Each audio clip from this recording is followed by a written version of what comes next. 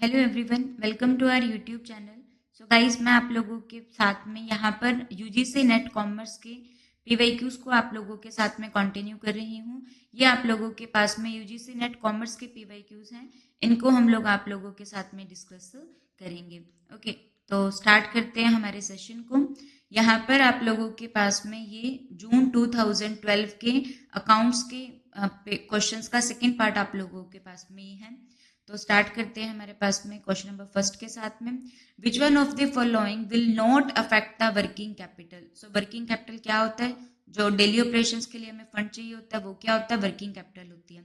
Okay, so working capital, normally अगर working capital लिखा हुआ है तो उसका मीनिंग आप लोगों के पास में क्या रहता है? नेट वर्किंग कैपिटल होता है। अगर कुछ भी मेंशन नहीं है तो इसका मीनिंग क्या रहता है? नेट वर्किंग कैपिटल होता है। ओके, और नेट वर्किंग कैपिटल का फॉर्मूला क्या रहता है हम लोगों के पास में? Current assets minus current liabilities होता है। और एक हम लोगों के पास में क्या रहता है? ग्रॉस वर्किंग कैपिटल होता है। उसका फॉर्मूला हम लोगों के पास में क्या रहता है? टोटल ऑफ करंट एसेट्स रहता है। ओके, तो क्या क्वेश्चन पूछा गया? क्या वर्किंग कैपिटल को अफेक्ट नहीं करेगा? तो वर्किंग कैपिटल को अफेक्ट करने के लिए हम लोगों के पास में क्या होना चाहिए? एक ट्रांजेक्शन करंट और दूसरी नॉन करंट होनी चाहिए। ठीक है, अगर दोनों ही करंट है या दोनों ही नॉन करंट है तो वो वर्किंग कैपिटल को अफेक्ट नहीं डालेगी। तो पहले आप लोगों के पास में आ जाएगा कि ये वर्किंग कैपिटल को अफेक्ट नहीं करेगा, क्योंकि देखो रियलाइजेशन ऑफ कैश, कैश आ रहा है तो आप लोगों के पास में कैश इंक्रीज हो गया, मतलब कि करंट एसेट्स इंक्रीज हो गई। कहाँ से आ रहा है? डेटर से आ रहा है। तो डेटर से आ रहा है मतलब कि जो हमारी करंट लायबिलिटी थी वो क्या हो गई? डिक्रीज हो गई, है ना। तो सॉरी, करंट लायबिलिटी नहीं, करंट एसेट ही थे। डेटर भी हमारे एसेट्स होते हैं। क्रेडिटर जो रहते हैं वो हम लोगों के पास में क्या रहती है? हमारी करंट लायबिलिटी होती है। और जो डेटर होते हैं ये क्या होते हैं? करंट एसेट्स होती हैं। तो एक करंट एसेट बढ़ गई, एक करंट एसेट क्या होगी? कम होगी। तो इम्पैक्ट क्या रहा आप लोगों के पास में? जीरो हो गया। तो ये वर्किंग कैपिटल को अफेक्ट नहीं डालता है। ऑन द अनदर हैंड, अगर आप मशीनरी को बेचते हैं कैश में तो मशीनरी आ जाएगी, ये आप लोगों के पास में नॉन करंट एसेट आ जाएगा। कैश जो है ये करंट एसेट आ जाएगा। तो कैश आ गया तो वर्किंग कैपिटल बढ़ गई।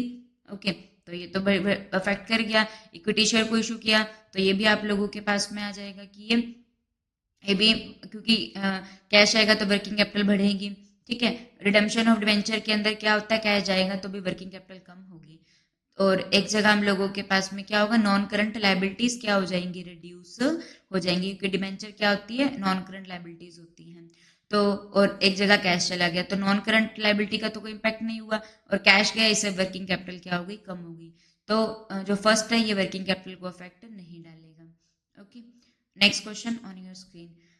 When a company earn profit prior to it incorporation, company बनती है तो उसको क्या कहा जाता है? कंपनी का इनकॉर्पोरेशन कहा जाता है। कंपनी के बनने को क्या कहा जाता है?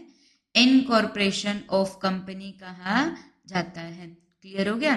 तो जब कंपनी बढ़ती है तो उसको क्या कहा जाता है? इनकॉर्पोरेशन ऑफ कंपनी कहा जाता है। कंपनी बनती है, ठीक है। तो जब कंपनी बनी तो इनकॉर्पोरेशन होता है। तो उससे पहले का प्रॉफिट, ये आपको पता है ना, कंपनी जब बनती है तो उसको कंप्लीट जो प्रोसेस होती है वो आप लोगों के पास में क्या होती है? फॉर्मेशन ऑफ कंपनी हम लोगों के पास में रहता है। कंपनी बनने को क्या कहा जाता है? Formation of company. उसकी आप लोगों के पास में 4 स्टेजेस रहती हैं। सबसे पहले हम लोगों के पास में क्या होता है? प्रमोशन होता है। प्रमोशन क्या होता है? जहाँ पे प्रमोटर के माइंड में आइडिया आता है कि उसने कंपनी को बनाना है। सेकंड काम क्या होता है? कंपनी का क्या होता है? रजिस्ट्रेशन होता है। इनकॉर्पोरेशन होता है किसके पास में? कंपनीज एक्ट 2013 के अकॉर्डिंग कंपनी का इनकॉर्पोरेशन होता है आरओसी के अंडर, रजिस्ट्रार ऑफ कॉमर्स के, रजिस्ट्रार ऑफ कंपनीज के अंदर। ठीक है, रजिस्ट्रार ऑफ कंपनीज के अंदर इनकॉर्पोरेशन होता है। सबसे पहले प्रमोशन होता है, फिर इनकॉर्पोरेशन होता है। देन आफ्टर क्या किया जाता है? कैपिटल को इकट्ठा किया जाता है। कंपनी क्या करते हैं? कैपिटल को सब्सक्राइब करते हैं, कैपिटल सब्सक्रिप्शन रहता है। और फोर्थ क्या होता है? बिजनेस को क्या कर दिया जाता है? स्टार्ट कर दिया जाता है। ओके गाइस, ये यूजीसी नेट कॉमर्स के पीवाईक्यूज आपके हर कॉम्पिटिटिव एग्जाम में आप लोगों को हेल्प करेंगे। ठीक है, तो अगर कंपनी बनने से पहले का प्रॉफिट है तो वो क्या कहलाता है? कैपिटल प्रॉफिट होता है। कैपिटल प्रॉफिट का यूज डिविडेंड को बांटने के लिए नहीं किया जाता है, डिविडेंड शेयर होल्डर को बांटा जाता है। तो दोनों ही बातें आप लोगों की करेक्ट हो जाएंगी। ठीक है, move to the next question on your screen. Reconstruction of a company, company का जो रिकंस्ट्रक्शन होता है, कंपनी जब उसका दोबारा कंस्ट्रक्शन होता है एक तरीके से, यहाँ पे जो रिकंस्ट्रक्शन होता है ये दो टाइप का होता है। एक होता है इंटरनल रिकंस्ट्रक्शन, जब कंपनी को बहुत ज्यादा ह्यूज लॉसेस हो जाती हैं तो कंपनी क्या करती है, रिकंस्ट्रक्शन करती है। तो ये दो टाइप से कर सकते हैं, एक होता है इंटरनल रिकंस्ट्रक्शन, एक होता है एक्सटर्नल रिकंस्ट्रक्शन। तो जब अंदर ही रूप से बदला जाता है कंपनी को तो वो क्या होता है, इंटरनल रिकंस्ट्रक्शन होता है। और जब बाहर से इंटरनल रिकंस्ट्रक्शन के अंदर सच एज कैपिटल को कम कर देना, शेयर्स को कॉम्प्रोमाइज कर देना, सरेंडर कर देना शेयर्स का, ठीक है। और एक्सटर्नल में क्या होता है कि एक नई कंपनी बना दी जाती है, तो पुरानी कंपनी को खत्म कर कर एक न्यू कंपनी बना दी जाती है जस्ट, ठीक है। लेकिन इंटरनल के अंदर शेयर होल्डर के राइट्स को वेरिएशन होता है, शेयर कैपिटल कम होती है, ओके, शेयर्स का सरेंडर होता है, कॉम्प्रोमाइज होता है।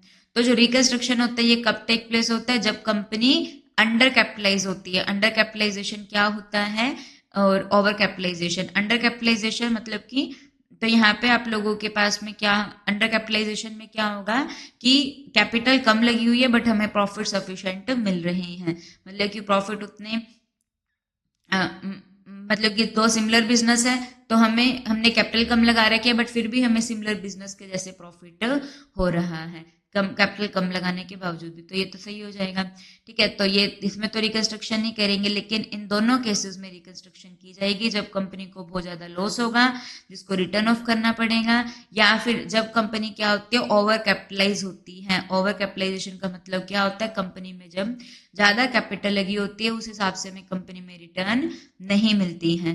तो इन दोनों केसेस के अंदर कंपनी क्या करेगी, रिकंस्ट्रक्शन करेगी। सो ऑप्शन नंबर फर्स्ट आपका आंसर, सॉरी फर्स्ट तो अंडर कैपिटलाइजेशन में तो सही है ये, तो सेकंड और थर्ड आप लोगों के पास में, तो ऑप्शन नंबर सी इसका आंसर हो जाएगा। Next question on your screen. So ये आप लोगों के पास में रेशो का क्वेश्चन है हम लोगों के पास में। सो ये देखिए क्या लिखा हुआ है आप लोगों के पास में,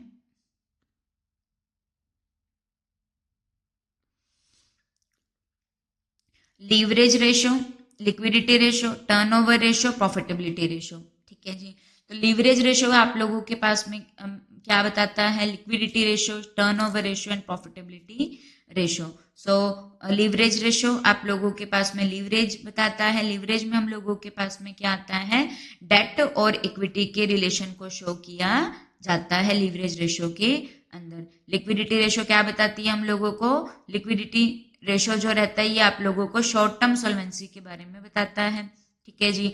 तो फर्स्ट आप लोगों का थर्ड से कनेक्ट हो जाएगा, तो ये एलिमिनेट, ये एलिमिनेट, थर्ड के साथ कनेक्ट हो गया। सेकेंड लिक्विडिटी रेशो में क्या आता है आप लोगों के पास में, ये क्या बताता है, शॉर्ट टर्म सॉल्वेंसी को बताता है, तो ऑप्शन नंबर डी आप लोगों का आंसर हो जाएगा। लिक्विडिटी रेशो में हम लोगों के पास में कौन कौन सा रेशो आता है, सबसे फेमस रेशो हम लोगों के पास में करंट रेशो आता है। करंट रेशो का क्या फॉर्मूला रहता है, करंट एसेट्स बाय में करंट लायबिलिटी होता है। लिक्विड रेशो आता है जिसका फॉर्मूला क्या होता है, लिक्विड एसेट बाय में करंट लायबिलिटी होता है, ठीक है। अलग अलग टाइप के रेशो आते हैं। टर्नओवर रेशो, टर्नओवर रेशो जो हो गया ये क्या बताता है कि एफिशिएंसी ऑफ एसेट मैनेजमेंट कितनी है। टर्नओवर रेशो में हमारे पास डेटा टर्नओवर रेशो आता है, इन्वेंट्री टर्नओवर रेशो आता है, fix asset turnover ratio, working capital turnover ratio आता है। प्रॉफिटेबिलिटी रेशो क्या बताता है, प्रॉफिट कैपेसिटी के बारे में, EPS, earning per share, dividend per share, पे आउट पर शेयर, तो ये अर्निंग कैपेसिटी को शो करता है। सो ऑप्शन नंबर डी जो रहेगा ये आपका आंसर हो जाएगा। Move to the next question. Assertion and a reason. So sinking fund is a charge against profit and loss account. Sinking fund is created for repayment of long term liability. So ये आप लोगों के पास में दोनों ही बातें जो है वो क्या है, करेक्ट है। सिंकिंग फंड क्या रहता है हम लोगों के पास में, देखिएगा जब क्या किया जाता है, डिबेंचर्स की क्या की जाती है, रिडम्पशन की जाती है। डिबेंचर क्या होते हैं आप लोगों को भली भांति पता है। जो डिबेंचर होते हैं ये क्या होते हैं हम लोगों के पास में, एक सोर्स होता है फंड को क्या करने का, ऑब्टेन करने का। ये जो डिबेंचर होते हैं ये हम लोगों के पास में किसका पार्ट होते हैं, it is a part of non current liability, ये हम लोगों के पास में रहती हैं डिबेंचर, ठीक है। तो जो डिबेंचर होते हैं वो क्या होते हैं, चार्ज अगेंस्ट प्रॉफिट होते हैं, मतलब कि इनकी जो इंटरेस्ट है वो पे करना ही करना पड़ेगा, चाहे प्रॉफिट हो चाहे लॉस हो। इन्हें फिक्स रेट से क्या पे किया जाता है, इंटरेस्ट पे किया जाता है। तो और इनको अगर पेमेंट नहीं करी तो ये केस भी कर सकते हैं। तो जब डिबेंचर का क्या करना होता है, रिडम्पशन करना होता है, तो एक ही बारी बहुत सारी पेमेंट क्या करनी होगी, डिबेंचर होल्डर को वापस देनी होगी। जब इशू होता है तो पैसा कंपनी के पास आता है, रिडम्पशन होता है तो कंपनी पैसा डिबेंचर होल्डर को दे देती है वापस। तो ये बनाना जरूरी होता है। तो जो जरूरी है वो आप लोगों के पास में क्या हो गया, charge against profit and loss account होता है। और इसको किस लिए क्रिएट किया, लॉन्ग टर्म लाइबिलिटी की रीपेमेंट के लिए क्रिएट किया जाता है। So this is for today session. इसका एक और पार्ट आप लोगों के पास में आएगा। पहले के टाइम पे क्या होता था, 2 पेपर आते थे, टोटल 3 पेपर होते थे, पेपर 1, 2 एंड 3। तो कॉमर्स के 2 पेपर होते थे, पेपर 2 और पेपर 3। तो उस समय क्वेश्चन ज्यादा आते थे, ठीक है, तो इसलिए इसके अंदर ज्यादा क्वेश्चन है। तो हम लोग बाकी क्वेश्चन नेक्स्ट पार्ट में कवर करते हैं। So thank you so much guys, thank you to everyone.